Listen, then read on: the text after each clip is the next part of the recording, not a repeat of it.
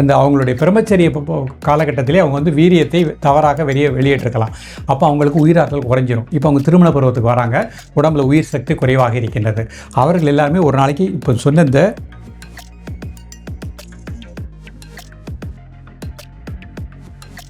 சரியான தூக்கம் இருக்கணும், உடம்புல உஷ்ணத்தினுடைய தன்மை கரெக்டாக இருக்கணும். அப்போ இரவு 9:30 காலையில் 4 மணி வரைக்கும் ஒரு ஆழ்ந்த நிதிரை இருக்கணும். நான் நிறைய பேர் கன்சல்ட் பண்ணியிருக்கேன். அவங்களுடைய நிலை பார்த்தீங்கன்னா, இரவு நான் 1 மணிக்கு தான் தூங்குவேன் சார், வாட்ஸ்அப் பார்த்துட்டே இருப்பேன். அப்போ 1 மணி வரைக்கும் அவங்க முடிச்சிருக்கும் பொழுது என்ன ஆகுனா, உடம்புல ராஜ உறுப்புகளுக்கு சக்தி குறைஞ்சிரும். இந்த 1 மணி வரைக்கும் நம்ம வாட்ஸ்அப் பார்ப்பறதுக்கு நமக்கு சில நபர்களுக்கு உடம்புல பார்த்தீங்கன்னா உஷ்ணத்தினுடைய தன்மை அதிகமாகும் பொழுது அவங்களுக்கு புலன் இன்பம் சம்மந்தப்பட்ட எண்ணங்கள் அப்படி மீண்டும் மீண்டும் வந்துக்கிட்டே இருக்கும். அப்போ அதை ஒரு சாந்தத்துக்கு கொண்டு வருவதற்கு இந்த பள்ளி பருவத்தில் அவங்க வந்து அவங்களுடைய உயிர் ஆற்றலை தவறான முறையில் பயன்படுத்தி வெளியேற்றிடக்கூடாது.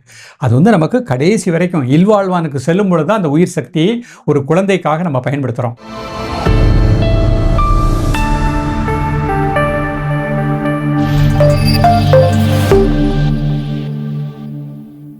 காஸ்மோ ஹெல்த் நேயர்கள் அனைவருக்கும் வணக்கம். இன்றைய நிகழ்ச்சியில ஆரோக்கியம் குறித்த நம்மளுடைய சந்தேகங்களுக்கு விளக்கம் கொடுக்கறதுக்காக யோக கலைமாமணி கிருஷ்ணன் பாலாஜி அவர்கள் நம்ம கூட இணைந்திருக்காரு. தொடர்ந்து நிறைய விஷயங்கள் பேசலாம். வணக்கம் சார். வணக்கம். எப்படி இருக்கீங்க? நல்லா இருக்கேன். சரி, இன்றைய நிகழ்ச்சியில வந்து இந்த ஆண்மை குறைவுனால நிறைய பேர் ரொம்பவே கஷ்டப்படுறாங்க. ஸோ இந்த ஆண்மை குறைவை வந்து முதிரைகள் மூலமா நம்ம சரி பண்ணிக்க முடியுமா சார்? நிச்சயமாக. பொதுவாக நம்ம உடல் இயக்கம், ஒரு மனிதனுடைய முழுமையான ஆரோக்கியம், ஆணாக இருந்தாலும் பெண்ணாக இருந்தாலும் நாம் எடுக்கக்கூடிய உணவு, அந்த உணவு வந்து இன்றைக்கு எடுத்த உணவு 7வது நாளில் தான் உடலில் உயிர் ஆற்றலாக, உயிர் சக்தியாக மாறுகின்றது. அப்போ அந்த உயிர் ஆற்றல், உயிர் சக்தியை நம்ம எப்படி தக்க வச்சுக்கணும், அதை நன்றாக புரிஞ்சுக்கணும். நம்ம வாழ்க்கையை எடுத்துட்டீங்கன்னா பிரம்மச்சரியம், இல்வாழ்வான், வானப்பிரசவம், சந்நியாசம், அப்படி 4 ஸ்டேஜ். இந்த பிரம்மச்சரியம் அப்படிங்கிறது மாணவ பருவம், படிக்கக்கூடிய பள்ளி மாணவ பருவம். இந்த பள்ளி மாணவ பருவத்திலேயே ஒவ்வொரு மாணவர்களுக்கும் மாணவிகளுக்கும் நம்ம உடம்புல இருக்கக்கூடிய உயிராற்றலுடைய தன்மையை, அதனுடைய முக்கியத்துவத்தை புரிஞ்சுக்கிடணும். அது புரிஞ்சுக்கிட்டாங்கன்னா வாழ்க்கை வளமாக இருக்கும். பொதுவாகவே இப்போ நம்ம ஒரு ஜென்ரலாக நம்ம வந்து ஒரு புலன் இன்பங்களுக்கு அடிமையாகின்றோம். அந்த மாதிரி வரும்பொழுது 7 நாட்கள் இன்றைக்கு சாப்பிட்ட உணவு 7வது நாளில் உயிராற்றலாக மாறுகின்றது. அந்த உயிர் சக்தியை நம்ம தக்க வச்சுக்கணும்னா உடம்புல உஷ்ணம் கரெக்டாக இருக்கணும். உடம்புல உஷ்ணம் அதிகமாகும் பொழுது, நம்ம உடம்புல பித்தத்தினுடைய தன்மை அதிகமாகும் பொழுது புரதம், அதாவது இந்த உயிராற்றல் சிறுநீர் வழியாக ஆண்களுக்கு வெளியே போயிடும். அது அவங்களுக்கே தெரியாது. அப்போ அந்த உடலில் வந்து அதை கரெக்டாக நம்ம உடம்புல உஷ்ணத்தை சமப்படுத்தக்கூடிய என்ன பயிற்சிகள் அப்படிங்கிறத நம்ம எடுத்துக்கிடணும். மனதளவில் கோவப்பட்டாலும், டென்ஷன் ஆனாலும், கவலைப்பட்டாலும் உடம்புல ஹீட் அதிகமாகும். அதான் ஞானிகள் என்ன தவம் அப்படின்னா, உடலில் உஷ்ணத்தை சமப்படுத்துதல். எப்பவுமே உடம்புல பாடி ஹீட்டு கரெக்டாக இருக்கணும். அந்த ஹீட் இன்க்ரீஸ் ஆகும் பொழுது என் உடம்புல இருக்கக்கூடிய உயிராற்றல், உயிர் சக்தி சிறுநீர் வழியாக வெளியேறுகின்றது. அப்போ நம்ம என்ன பண்ணுறோம், டெஸ்ட் பண்ணும் பொழுது குழந்தை பாக்கியம் இல்லை அப்படிங்கும் பொழுது அவங்களுக்கு ஆண்மை சக்தி குறைவாக, உயிர் சக்தி குறைவாக இருக்கின்றது. அப்போ அதுக்கு முதல்ல நம்ம அந்த ஹீட்டினுடைய தன்மையை சமப்படுத்தக்கூடிய நிலையை ஏற்படுத்திக்கிடணும். இதை கரெக்டாக ஃபாலோ பண்ணிட்டே வந்தாங்கன்னா இதுக்கும் உணவுக்கும் நெருங்கிய தொடர்பு இருக்குது. இப்போ நம்ம உடம்புல பொதுவாகவே ஆண்களுக்காக இருக்கட்டும் சரி, ஆண்களில் உயிராற்றல் கரெக்டாக இருக்கணும் அப்படின்னா அதற்குரிய முதிரைகள் என்ன அப்படிங்கிறத பார்ப்போம். இந்த முதிரைகள் பண்ணும் பொழுது நிச்சயமாக அவர்களுக்கு ஏற்பட்ட அந்த குறைபாடுகள் சரியாகும். ஆனால் அதோடு சேர்த்து அவர்கள் உணவில் ஒரு ஒழுக்கம். இந்த பள்ளி பருவத்தில் அவங்க வந்து அவங்களுடைய உயிராற்றலை தவறான முறையில் பயன்படுத்தி வெளியேற்றிடக்கூடாது. அது வந்து நமக்கு கடைசி வரைக்கும் இல்வாழ்வானுக்கு செல்லும் பொழுது தான் அந்த உயிர் சக்தியை ஒரு குழந்தைக்காக நம்ம பயன்படுத்துகிறோம். அதுக்கப்புறம் நம்ம வந்து வானப்பிரசவம், சந்நியாசம்ங்கிறது கடைசி நிலை.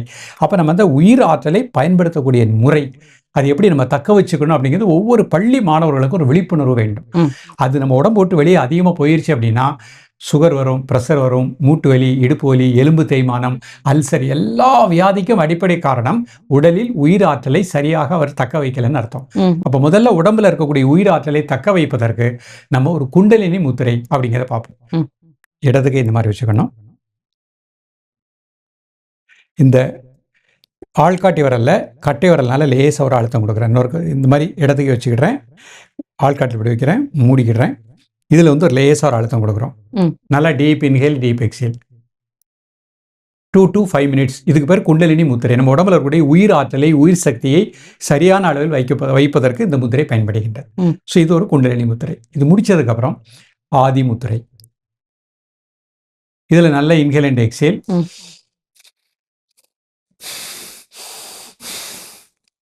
2 to 5 minutes இந்த முத்திரையில் இருக்கணும். இந்த 2 முத்திரையுமே வெரி குட் ரிசல்ட் கிடைக்கும். இந்த முத்திரை சில மாணவர்கள் சந்தர்ப்ப சூழ்நிலை காரணமாக அந்த அவங்களுடைய பிரம்மச்சரிய காலகட்டத்திலே அவங்க வந்து வீரியத்தை தவறாக வெளியேற்றிருக்கலாம். அப்போ அவங்களுக்கு உயிராற்றல் குறைஞ்சிரும். இப்போ அவங்க திருமண பருவத்துக்கு வராங்க, உடம்புல உயிர் சக்தி குறைவாக இருக்கின்றது. அவர்கள் எல்லாருமே ஒரு நாளைக்கு இப்போ சொன்ன இந்த குண்டலினி முத்திரை 5 நிமிடம், ஆதி முத்திரை 5 நிமிடம், ஒரு நாளைக்கு 3 முதல் 4 முறை பண்ணிக்கணும். ப்ராக்டிஸ் பண்ணிகிட்டே வரட்டும். அதே மாதிரி உலர்ந்த திராட்சை உணவு எடுத்துக்கிடணும், அத்திப்பழம் உணவு எடுத்துக்கணும், மாதுளம்பழம் உணவு எடுத்துக்கணும், சரியான தூக்கம் இருக்கணும், உடம்புல உஷ்ணத்தினுடைய தன்மை கரெக்டாக இருக்கணும். அப்போ இரவு 9:30 காலையில் 4 மணி வரைக்கும் ஒரு ஆழ்ந்த நித்திரை இருக்கணும். நான் நிறைய பேர் கன்சல்ட் பண்ணியிருக்கேன். அவங்களுடைய நிலை பார்த்தீங்கன்னா இரவு நான் 1 மணிக்கு தான் தூங்குவேன் சார், வாட்ஸ்அப் பார்த்துட்டே இருப்பேன். அப்போ 1 மணி வரைக்கும் அவங்க முடிச்சிருக்கும் பொழுது என்ன ஆகுனா உடம்புல ராஜ உறுப்புகளுக்கு சக்தி குறைஞ்சிரும். இந்த 1 மணி வரைக்கும் நம்ம வாட்ஸ்அப் பார்ப்பறதுக்கு நமக்கு சக்தி வேணும் இல்லையா? கண்களுக்கு கூடக்கூடிய சக்தி எல்லாமே நம்ம உடம்புல இருக்கிற உயிராற்றல் தான். அந்த உயிர் சக்தி மூலமாக தான் நம்ம வந்து எல்லாத்தையுமே செயல்படுத்துகின்றோம். அப்போ அதை அவங்க முதல்ல கிராஜுவலாக குறைச்சிக்கணும். அவங்க அதை குறைச்சிக்கிட்டு பள்ளி பருவத்திலேயே உயிராற்றல் நன்றாக வச்சுக்கிட்டா தான் நாளைக்கு ஃபியூச்சரில் திருமணம் ஆனதுக்கப்புறம் அவங்களுக்கு பிறக்கக்கூடிய குழந்தை வீரியத்தன்மை வாய்ந்த குழந்தையாக பிறக்கும். அப்போ நம்ம அதனுடைய இம்பார்ட்டன்ஸ் புரிந்து கொண்டு இதை கரெக்டாக ஃபாலோ பண்ணிகிட்டே வரணும். ஓகே. ஸோ இன்னும் ஒரு சில பேருக்கு அவங்களுக்கே தெரியாம தூக்கத்துல விந்தணுக்கள் வெளியேறது, சிறுநீரகத்துல வெளியேறது, இந்த மாதிரியான பிரச்சனைகள் பெரும்பாலும் இளைஞர்களுக்கு நம்ம பார்க்க முடியும். ஸோ இதை பார்த்து நிறைய பேர் வந்து பயந்துருக்காங்க. நம்மளுடைய நிகழ்ச்சியிலே ஒரு நேயர் வந்து கால் பண்ணி கேட்டாரு, ரொம்ப சின்ன வயது, இந்த பிரச்சனையை எப்படி சரி செய்யறது, இதற்கு ஏதாவது பிரத்யேக முத்திரைகள் இருக்கு? நிச்சயமாக அவங்களுக்கு வந்து முதல்ல மனோரீதியாக அவங்களுக்கு வந்து சாந்தப்படுத்தக்கூடிய நிலை வேணும். அப்போ அவங்க மனம் சாந்தமா இருப்பதற்கு தியான முத்திரை, இடது கை கீழே வலது கை மேல இந்த 2 பெருவிரலையும் டச் பண்ணுற மாதிரி வச்சுக்கணும். இதில் மெதுவாக இன்ஹேல் அண்ட் எக்ஸேல் ஒரு 5 முறை பண்ணிவிட்டு ப்ரீத்திங் மட்டும் அப்படியே வாட்ச் பண்ணிவிட்டு அமைதியாக இருக்கணும். சில நபர்களுக்கு உடம்புல பார்த்தீங்கன்னா உஷ்ணத்தினுடைய தன்மை அதிகமாகும் பொழுது அவங்களுக்கு புலன் இன்பம் சம்மந்தப்பட்ட எண்ணங்கள் அப்படி மீண்டும் மீண்டும் வந்துக்கிட்டே இருக்கும். அப்போ அதை ஒரு சாந்தத்துக்கு கொண்டு வருவதற்கு இந்த தியான முத்திரை பயன்படுகின்றது. அப்போ இதை ப்ராக்டிஸ் பண்ண அவங்க உடம்புல உஷ்ணம் சமமாக இருக்கும். மைண்டு கண்ட்ரோல்னு சொல்கிற மாதிரி மனதை கட்டுப்படுத்த முடியாது, மனதை பக்குவப்படுத்தலாம். அப்போ என்னுடைய ஆரோக்கியம் என் கையில், என் உடம்புல இருக்கக்கூடிய உயிராற்றலை நன்றாக தக்க வச்சா தான் நான் 120 வயது வரை சிறப்பாக வாழ முடியும். அப்போ அந்த ஞானத்தை கொடுக்கக்கூடியது இந்த தியான முத்திரை. இது ப்ராக்டிஸ் பண்ணும்போது அவங்களுக்கு மனம் பக்குவப்பட்டு விடும், உடம்புல உஷ்ணம் சமமாக இருக்கும். இப்போ ஆட்டோமேட்டிக்காக உயிராற்றல் சரியாக இருக்கக்கூடிய நிலை கிடைக்கும். ஓகே. ஸோ இது உணவு முறைகள் அப்படின்னு சொல்லும்போது நிறைய பேர் நிறைய விதமான உணவுகள் சொல்றாங்க. நிறைய பேர் இந்த பாதாம் எடுத்துக்கிறது நல்லது, பாதாம் பிசின் கூட உடல் சூட்டை குறைக்கும்லாம் சொல்றாங்க. குறிப்பா இந்த மாதிரி விந்தணுக்கள் வெளியேறதை தவிர்க்கணும் அப்படின்னா என்ன மாதிரியான உணவுகளை எடுத்துக்கலாம்? பொதுவாகவே அத்திப்பழம் மிக நல்ல ஒரு பலனை கொடுக்கக்கூடியது. இந்த மாதிரி ப்ராப்ளம் உள்ளவங்க தினமுமே அத்திப்பழம் ஒரு 3 பழம் 4 பழம் சாப்பிட்டுக்கலாம். ஜூஸாக சாப்பிட்றதுக்கு பதிலாக பழமாகவே சாப்பிட்டுக்கலாம். அதே மாதிரி சாப்பிட்டுட்டு 2 மணி நேரம் கழித்து செவ்வாழை பழம், அது எல்லா இடத்துலையும் கிடைக்கும். சாப்பிட்டோன்னே பழம் சாப்பிடக்கூடாது, 2 ஹவர்ஸ் கழித்து சாப்பிட்டுக்கிடணும். அது உங்களுக்கு உடம்புல நல்ல ஒரு ஆற்றலை கொடுக்கக்கூடியது. மாதுளம்பழம், ஆரஞ்சு பழம், ஆப்பிள் உணவில் எடுத்துக்கலாம்.